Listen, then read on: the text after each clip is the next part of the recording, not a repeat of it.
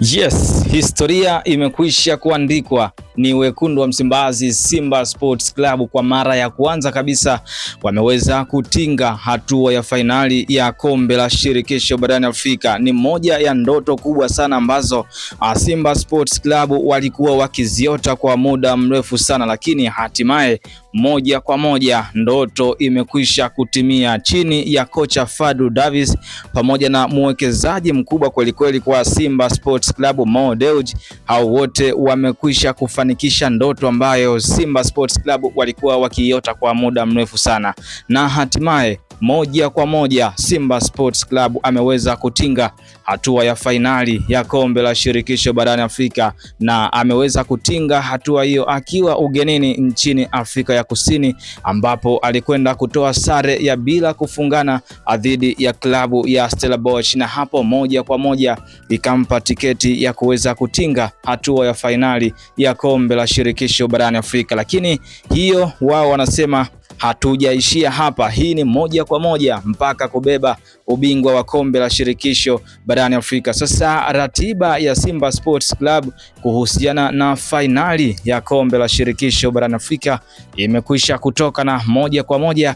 kwa mara ya kwanza kabisa Simba ataanza kwenye uwanja wa ugenini pale nchini Morocco moja kwa moja siku ya tarehe 17 mwezi wa 5, ambapo atakwenda kuumana moja kwa moja na RS Berkane. Ni moja ya klabu kubwa sana barani Afrika, lakini Simba wao wanasema ya kwamba hatuwezi kushindwa kuchukua kombe, na wanasema ya kwamba watahakikisha wanabeba ubingwa wa kombe la shirikisho barani Afrika. Na siku ya tarehe 17 ya mwezi wa 5 ndipo Simba Sports Club watakuwa wanacheza fainali yao ya kwanza kabisa pale nchini Morocco dhidi ya klabu ya RS Berkane. Lakini siku ya tarehe 25 moja kwa moja Simba Sports Club atakwenda kucheza kunako uwanja wa Mkapa jijini Dar es Salaam, na kama kawaida yao wanakuambia kwa Mkapa hatoki mtu, na ndicho kitu ambacho Simba Sports Club wanakisubiri kwa hamu kwenye mchezo wa marejano dhidi ya RS Berkane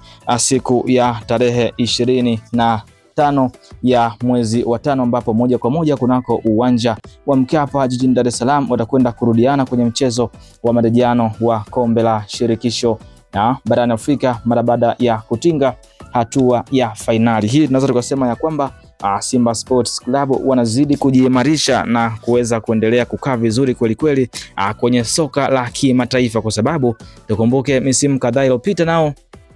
wananchi Yanga waliweza kutinga kunako hatua ya fainali ya kombe la shirikisho barani Afrika, lakini hawakuweza kuchukua kombe hilo. Lakini hivi sasa Simba wanasema lengo lao kubwa ni kuweza kuchukua ubingwa wa kombe la shirikisho barani Afrika. Nini maoni yako